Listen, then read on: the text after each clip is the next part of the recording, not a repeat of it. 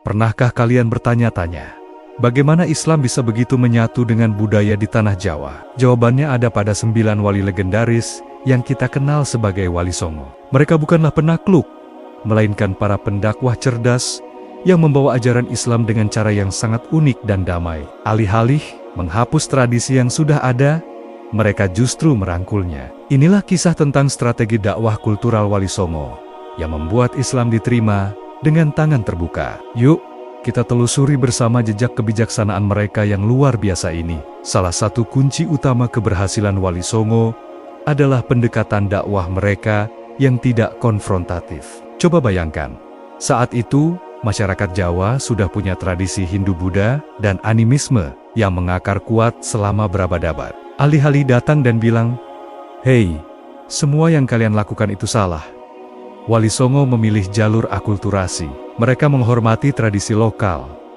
tidak langsung menghapusnya, tapi justru memanfaatkannya sebagai jembatan. Sejarawan terkemuka, MC Rick Loves, bahkan mencatat bahwa metode inilah yang menjadi kunci sukses Islamisasi di Jawa. Strateginya sederhana, tapi brilian. Adaptasi budaya, lalu sisipkan nilai-nilai Islam secara halus. Mereka tidak memaksa, tapi mengajak. Mereka tidak menghancurkan, tapi membangun di atas fondasi yang sudah ada. Inilah yang membuat dakwah mereka terasa dekat dan tidak mengancam identitas masyarakat. Berbeda dengan penyebaran agama di banyak belahan dunia lain yang seringkali diwarnai penaklukan militer, Islam di Jawa justru masuk lewat jalur damai. Sejarawan seperti De Graaf dan Pigeut menyoroti hal ini sebagai ciri khas proses Islamisasi di Nusantara. Penyebarannya lebih didominasi oleh interaksi sosial sehari-hari, perdagangan dan pernikahan. Para pedagang Muslim dari Gujarat, Persia dan Arab tidak hanya membawa barang dagangan, tapi juga membawa ajaran dan akhlak mulia. Wali Songo kemudian memperkuat jaringan dakwah ini. Mereka mendirikan pesantren sebagai pusat pendidikan, memberikan keteladanan dalam hidup bermasyarakat, dan membangun hubungan baik dengan penguasa lokal. Tidak ada catatan sejarah tentang penaklukan besar-besaran atau perang agama yang masif. Prosesnya berjalan secara gradual, alami, dan diterima oleh masyarakat dari berbagai lapisan, dari rakyat biasa hingga kaum bangsawan. Kalau kita bicara tentang dakwah kultural, satu nama yang tidak bisa dilepaskan adalah Sunan Kalijaga. Beliau adalah sosok wali yang paling lekat dengan tradisi dan filsafat Jawa, atau yang sering disebut kejawen. Sunan Kalijaga paham betul bahwa untuk menyentuh hati masyarakat Jawa, beliau harus berbicara dengan bahasa mereka, baik secara harfiah maupun kiasan. Beliau memanfaatkan simbol-simbol budaya, seni, dan filsafat Jawa yang sudah dikenal luas untuk menyampaikan ajaran Islam. Misalnya, konsep manunggaling Kawula Gusti yang sudah ada dalam spiritualitas Jawa diberi makna baru yang selaras dengan konsep tauhid dalam Islam. Tujuannya adalah mengajarkan esensi keesaan Tuhan tanpa membuat masyarakat merasa kehilangan identitas kejawaannya. Penelitian oleh J.J. Ras menunjukkan bahwa metode Sunan Kalijaga ini sangat efektif karena tidak memicu resistensi atau penolakan. Ia seperti menuangkan air ke dalam wadah yang sudah ada, bukan menghancurkan wadahnya. Salah satu media dakwah paling ikonik yang digunakan Wali Songo, terutama Sunan Kalijaga, adalah wayang kulit. Wayang yang awalnya menceritakan epos Hindu seperti Ramayana dan Mahabharata, diadaptasi menjadi sarana untuk menyebarkan ajaran moral Islam. Ceritanya tidak dihilangkan, tapi diberi makna baru. Contoh paling terkenal adalah lakon jimat Kalimasada. Nama ini diyakini berasal dari plesetan kalimat syahadat. Jadi, saat penonton menikmati pertunjukan wayang, secara tidak sadar mereka juga mendengar dan meresapi dua kalimat syahadat. Karakter-karakter punakawan seperti Semar, Gareng, Petruk, dan Bagong, yang memang sudah menjadi representasi rakyat jelata, perannya dipertajam. Mereka tidak hanya jadi pelawak, tapi juga menjadi penyampai pesan-pesan etika, kesederhanaan, dan kebijaksanaan yang sejalan dengan ajaran Islam. Antropolog Clifford Geertz bahkan menyebut wayang sebagai medium paling kuat dalam dakwah kultural di Jawa, karena kemampuannya menyentuh emosi dan alam bawah sadar penontonnya. Selain wayang, seni gamelan juga menjadi alat dakwah yang sangat efektif. Suara gamelan yang merdu dan megah punya daya tarik luar biasa untuk mengumpulkan massa. Bayangkan, di alun-alun, orang-orang berkumpul bukan karena dipaksa, tapi karena tertarik dengan alunan musik yang indah. Sunan Bonang dan Sunan Derajat dikenal sebagai wali yang piawai menggunakan gamelan. Mereka tidak hanya memainkan musiknya, tapi juga menciptakan tembang-tembang atau lagu-lagu Jawa yang liriknya disisipi nilai-nilai tauhid dan moral Islam. Salah satu contohnya adalah tembang Tombo Ati yang diyakini sebagai gubahan Sunan Bonang. Liriknya sederhana, berisi 5 cara untuk menenangkan hati, seperti membaca Al-Quran dan maknanya, sholat malam, berkumpul dengan orang saleh, berpuasa, dan berzikir. Musik menjadi jembatan emosional yang menghubungkan masyarakat dengan ajaran baru ini. Dengan cara ini, pesan-pesan sufistik dan ajaran Islam bisa tersampaikan dengan cara yang menyenangkan dan mudah diterima tanpa terasa menggurui. Strategi Wali Songo menunjukkan tingkat kecerdasan budaya yang luar biasa. Mereka tidak melihat budaya lokal sebagai musuh, melainkan sebagai kawan seperjalanan dalam berdakwah. Mereka mengajarkan bahwa menjadi seorang Muslim tidak berarti harus menjadi orang Arab atau meninggalkan identitas budayanya. Inilah yang disebut pribumisasi Islam, sebuah proses di mana ajaran Islam yang universal ditanam dalam tanah budaya lokal, sehingga ia bisa tumbuh subur dan berakar kuat. Proses ini melibatkan dialog, adaptasi, dan kreativitas tanpa henti. Dari arsitektur masjid, seperti Menara Kudus yang mirip candi, hingga tradisi Gerbek Maulud yang memadukan perayaan kelahiran Nabi Muhammad dengan ritual keraton. Semua ini adalah bukti nyata bagaimana Islam dan budaya Jawa bisa berjalan beriringan, saling memperkaya satu sama lain. Wali Songo adalah arsitek dari harmoni ini. Warisan terbesar Wali Songo bukanlah bangunan fisik atau kitab-kitab tebal, melainkan sebuah metode, sebuah filosofi dakwah yang relevan hingga hari ini. Mereka mengajarkan kita pentingnya kearifan, kesabaran, dan pemahaman mendalam terhadap masyarakat yang kita hadapi. Dalam dunia yang serba cepat dan seringkali penuh konflik, pendekatan Wali Songo yang damai dan merangkul menjadi pengingat bahwa menyebarkan kebaikan tidak harus dengan cara yang keras. Kita bisa belajar dari mereka tentang bagaimana cara berdialog dengan budaya, bukan menghakiminya. Bagaimana cara mencari titik temu, bukan memperbesar perbedaan. Metode dakwah kultural ini adalah harta karun yang tak ternilai bagi bangsa Indonesia. Sebuah model toleransi dan keharmonisan yang lahir dari rahim sejarah Nusantara. Mengapa masjid-masjid kuno di Jawa atapnya bertingkat-tingkat seperti pura? Jawabannya ada pada strategi dakwah brilian para Wali Songo. Mari kita lihat Masjid Agung Demak, mahakarya arsitektur yang menjadi saksi bisu akulturasi budaya. Alih-alih meniru kubah dari Timur Tengah, atapnya justru berbentuk tumpang tiga, mengadopsi gaya joglo khas Jawa. Struktur dan ornamennya pun syarat dengan identitas lokal. Ini bukan sekadar bangunan, tapi sebuah pesan. Pesan bahwa Islam datang bukan untuk menghapus, melainkan untuk merangkul. Masjid pada era Wali Songo tidak hanya berfungsi sebagai tempat ibadah.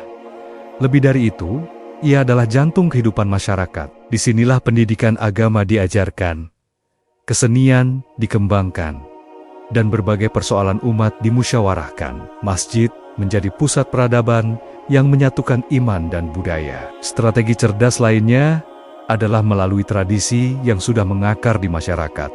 Contohnya Slametan, ritual yang awalnya berakar dari tradisi agraris Jawa ini tidak dihapus, melainkan diadaptasi. Para Wali Songo dengan bijak memasukkan dua-dua Islam ke dalam praktik Slametan. Jadi, esensi berkumpul dan berbagi tetap ada, tapi kini diisi dengan nilai-nilai tauhid. Sosiolog Clifford Geertz bahkan menyebut Slametan sebagai simbol perekat sosial masyarakat Jawa. Bayangkan, sebuah tradisi yang sudah ada sejak lama, kini memiliki makna baru yang lebih dalam. Dakwah pun berjalan mulus tanpa harus menghilangkan semangat gotong royong yang menjadi ciri khas bangsa kita. Inilah yang sering disebut sebagai Islam Nusantara, Islam yang ramah budaya dan menghargai kearifan lokal. Para wali juga adalah seniman dan sastrawan ulung. Mereka paham betul bahwa dakwah akan lebih mudah diterima jika disampaikan melalui rasa dan bahasa yang familiar. Sunan Bonang, misalnya, mengajarkan nilai-nilai sofistik yang tinggi melalui karya sastra seperti suluk dan tembang-tembang Jawa yang indah. Konsep-konsep rumit seperti ma'rifat dan tasawuf diterjemahkan ke dalam bahasa lokal yang puitis dan mudah dicerna. Tradisi mistik Jawa yang sudah ada sebelumnya tidak diberangus, melainkan disinergikan dengan nilai-nilai spiritual Islam. Tujuannya adalah menemukan titik temu, bukan menciptakan konflik. Dengan cara ini, ajaran Islam terasa dekat, akrab, dan menjadi bagian dari denyut nadi spiritual masyarakat, bukan sebagai sesuatu yang asing dan datang dari luar.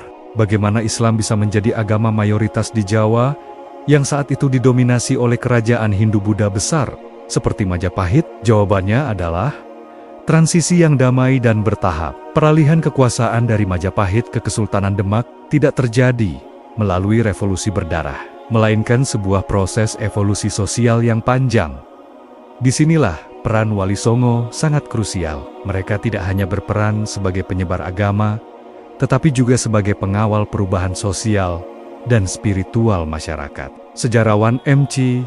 Rycliffe mencatat bahwa proses Islamisasi di Jawa sebagian besar terjadi secara damai. Para wali menjadi penasihat raja, guru bagi masyarakat, dan mediator budaya. Lahirnya Demak sebagai pusat politik baru yang bercorak Islam kemudian semakin memperkuat dan mempercepat laju dakwah di seluruh penjuru tanah Jawa. Seni bangunan menjadi kanvas lain bagi dakwah Wali Songo.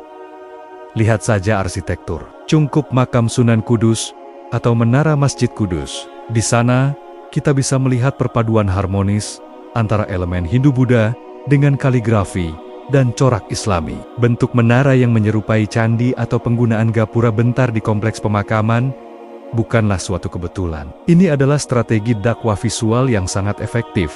Arsitektur campuran ini sengaja digunakan agar masyarakat merasa dekat dan tidak terasing secara budaya. Simbolisme kosmologis Jawa yang sudah mereka pahami selama Barabadebot tetap dipertahankan untuk menjaga kesinambungan tradisi.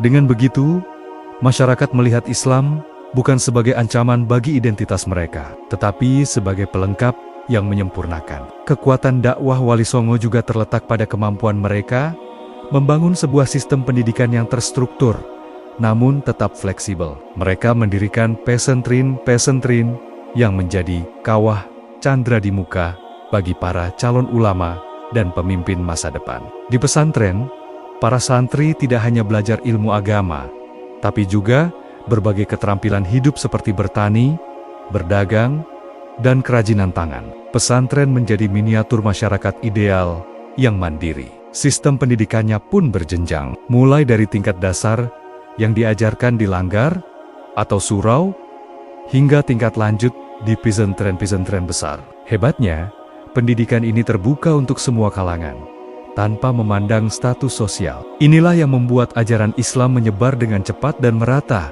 ke seluruh lapisan masyarakat. Salah satu warisan terbesar Wali Songo adalah bagaimana mereka menanamkan nilai-nilai etika dan moral dalam kehidupan sehari-hari.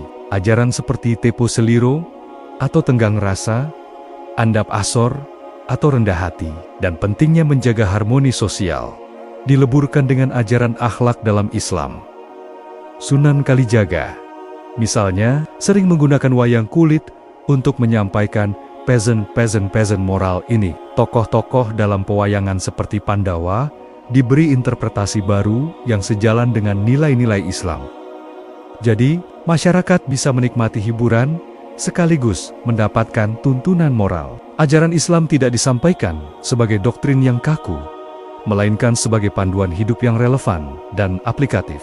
Hasilnya, terbentuklah sebuah masyarakat yang religius, namun tetap memegang teguh adab dan etika luhur warisan nenek moyang. Peran Wali Songo dalam bidang ekonomi juga tidak bisa diremehkan. Mereka sadar bahwa dakwah akan lebih efektif jika umatnya sejahtera. Banyak di antara para wali yang juga merupakan pedagang atau ahli dalam bidang pertanian. Sunan Giri, misalnya, membangun pusat perniagaan yang ramai di Gresik yang menjadi jalur perdagangan internasional. Sunan Gunung Jati di Cirebon juga mengembangkan pelabuhan menjadi pusat ekonomi yang penting. Mereka mengajarkan etos kerja, kejujuran dalam berdagang, dan pentingnya kemandirian ekonomi. Dengan menguasai jalur-jalur ekonomi, pengaruh dan jaringan dakwah Islam menjadi semakin luas dan kuat. Mereka menunjukkan bahwa menjadi seorang Muslim yang taat tidak berarti harus meninggalkan urusan duniawi, melainkan justru harus mengelolanya dengan baik sesuai syariat. Peralihan dari era Hindu-Buddha ke Islam juga ditandai dengan perubahan dalam sistem hukum dan pemerintahan. Wali Songo,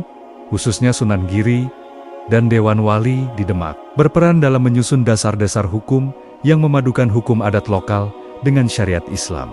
Tujuannya adalah menciptakan sebuah tatanan masyarakat yang adil dan teratur. Mereka menjadi penasihat raja dalam menjalankan pemerintahan. Konsep Ratu Adil atau pemimpin yang adil yang sudah lama ada dalam mitologi Jawa, kini diisi dengan substansi kepemimpinan Islam ala Khulafaur Rasyidin. Pengaruh mereka dalam bidang politik dan hukum memastikan bahwa transisi kekuasaan berjalan dengan lancar dan nilai-nilai Islam dapat terinstitusionalisasi dalam struktur negara, memberikan landasan yang kokoh bagi perkembangan Islam di masa-masa selanjutnya. Warisan Wali Songo yang tak lekang oleh waktu adalah semangat moderasi atau tawasud. Di tengah berbagai perbedaan budaya dan keyakinan, mereka selalu mencari jalan tengah. Mereka tidak ekstrem ke kanan dengan menghapus semua tradisi lokal, juga tidak ekstrem ke kiri dengan melarutkan ajaran Islam sepenuhnya ke dalam budaya. Mereka mengambil yang terbaik dari keduanya dan menyatukannya dalam sebuah sintesis yang indah. Sikap inilah yang membuat Islam di Indonesia memiliki wajah yang ramah, toleran, dan damai. Mereka mengajarkan kita bahwa beragama tidak harus dengan wajah yang marah. Berdakwah tidak harus dengan cara memaksa. Justru dengan kebijaksanaan, kesabaran, dan penghargaan terhadap kearifan lokal. Ajaran Islam dapat meresap ke dalam hati dan menjadi bagian tak terpisahkan dari identitas bangsa. Semangat inilah yang harus terus kita jaga dan lestarikan hingga hari ini. Selain seni dan arsitektur, Wali Songo juga melakukan harmonisasi pada sistem waktu dan tradisi Jawa. Mereka tidak menghapus kalender Saka yang sudah ada, tapi menyelaraskannya dengan kalender Hijriah yang berbasis bulan. Inilah cikal bakal lahirnya kalender Jawa Islam yang kita kenal sekarang. Sistem ini kemudian disempurnakan oleh Sultan Agung dari Mataram, yang melanjutkan fondasi akulturasi para wali. Dengan begitu, tradisi-tradisi lokal seperti perayaan Tahun Baru Jawa bisa tetap berjalan, namun kini diberi nuansa Islami. Ini adalah cara cerdas yang membantu masyarakat bertransisi ke ajaran baru tanpa merasa kehilangan identitas budaya mereka yang sudah berakar kuat. Kalender ini menjadi simbol bahwa Islam datang bukan untuk mengganti, melainkan untuk melengkapi. Wali Songo juga menunjukkan kebijaksanaan luar biasa dalam menyikapi ritual pertanian dan kepercayaan masyarakat terhadap alam. Tradisi seperti sedekah bumi, wiwitan, atau ruatan yang sudah ada sejak zaman dulu tidak serta-merta dilarang. Para wali justru memodifikasinya dengan memasukkan doa-doa Islami ke dalam ritual tersebut. Tujuannya adalah untuk mengarahkan praktik-praktik yang tadinya bersifat animisme atau dinamisme menuju keyakinan monoteisme, yaitu tauhid. Dengan cara ini, hubungan masyarakat dengan alam dan penghormatan simbolik mereka kepada leluhur tetap terjaga. Akulturasi ini memperkuat rasa aman budaya masyarakat, sambil secara perlahan menanamkan nilai-nilai Islam. Alam tidak lagi dilihat sebagai entitas yang harus ditakuti, melainkan sebagai anugerah Tuhan yang harus disyukuri. Salah satu pengaruh terbesar Wali Songo yang seringkali luput dari perhatian adalah dalam bidang tasawuf atau mistisisme Islam. Mereka berhasil memadukan konsep-konsep sufisme yang mendalam dengan filsafat Jawa yang sudah ada, yang kita kenal sebagai kejawen. Naskah-naskah kuno seperti Suluk Wijil dan Suluk Sukarsa adalah bukti nyata dari perpaduan ini. Konsep-konsep rumit seperti ma'rifat atau mengenal Tuhan, fana atau lebur dalam Tuhan, serta penyatuan rasa atau manunggaling Kawula Gusti diterjemahkan ke dalam bahasa lokal yang mudah dipahami oleh masyarakat awam. Wali Songo, terutama Sunan Kalijaga dan Syekh Siti Jenar, menjadi jembatan antara dunia sufisme Timur Tengah dan tradisi mistik kejawen. tanpa menimbulkan konflik. Hasilnya, tradisi spiritual Jawa menjadi lebih terbuka pada nilai-nilai Islam, dan Islam pun dipahami bukan hanya sebagai aturan syariat, tapi juga sebagai jalan spiritual menuju Tuhan. Di ranah sosial, dakwah Wali Songo lebih banyak berbentuk tindakan nyata daripada sekadar ceramah. Mereka memperkuat etika sosial dan semangat gotong royong yang sudah menjadi ciri khas masyarakat Nusantara. Nilai-nilai luhur seperti sambatan atau tolong-menolong tanpa pamrih, kerja bakti untuk kepentingan bersama, dan rembuk warga untuk mengambil keputusan, disatukan dengan konsep ukhuwah Islamiyah, yaitu persaudaraan sesama Muslim. Para wali seringkali terlibat langsung dalam kegiatan masyarakat, membangun irigasi, atau menyelesaikan masalah sosial. Dakwah sosial semacam ini jauh lebih efektif. Masyarakat melihat Islam bukan hanya sebagai ajaran di atas mimbar, tetapi sebagai solusi nyata dalam kehidupan sehari-hari. Mereka melihat para wali sebagai teladan yang peduli dan mau bekerja bersama. Inilah yang membuat Islam diterima dengan tangan terbuka, karena ia hadir sebagai rahmat bagi seluruh alam, yang diwujudkan dalam tindakan nyata. Sebagai puncaknya, warisan abadi dari Wali Songo adalah terciptanya sebuah harmoni budaya yang unik. Pertemuan antara Islam dan budaya Jawa tidak menghasilkan konflik, melainkan sebuah sintesis yang indah. Lahirlah sebuah peradaban baru yang punya karakter khas, halus, dalam budi pekerti, dalam secara spiritual, namun tetap kokoh dalam keyakinan tauhid. Model akulturasi yang mereka lakukan dianggap sebagai salah satu strategi dakwah paling berhasil di seluruh Asia Tenggara. Hingga hari ini, kita bisa melihat buktinya. Tradisi, seni, bahasa, bahkan arsitektur Jawa tetap hidup berdampingan secara damai dengan nilai-nilai Islam. Warisan Wali Songo bukan sekadar bangunan masjid atau makam bersejarah, melainkan sebuah fondasi identitas budaya yang terus membentuk cara kita berpikir, merasa, dan bertindak sebagai bangsa. Mereka mengajarkan kita bahwa menjadi Muslim tidak berarti harus meninggalkan akar budaya kita. Kisah Wali Songo menunjukkan betapa luas dan indahnya Islam ketika bertemu dengan kearifan lokal. Mereka membuktikan bahwa dakwah yang paling kuat adalah dakwah yang dilakukan dengan cinta, kebijaksanaan, dan penghargaan terhadap sesama manusia. Semoga kita bisa meneladani semangat mereka dalam menjaga harmoni di tengah keberagaman.